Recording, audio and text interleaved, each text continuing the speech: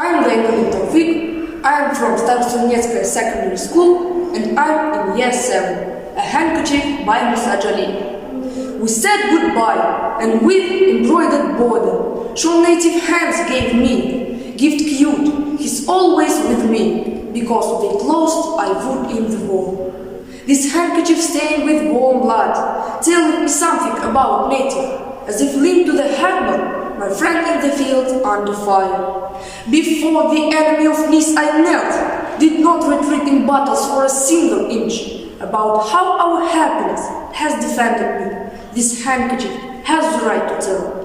Меня зовут Гайнурин Тауфик, я ученик 7 класса МБО Старостуднецкой средней общеобразовательной школы.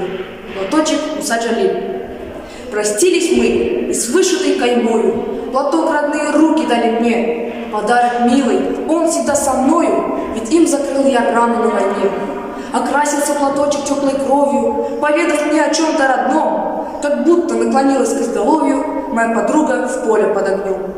Перед врагом колен не преклонял я, не отступил в сражениях ни на 5, о том, как наше счастье отстоял я, платочек этот вправе рассказать.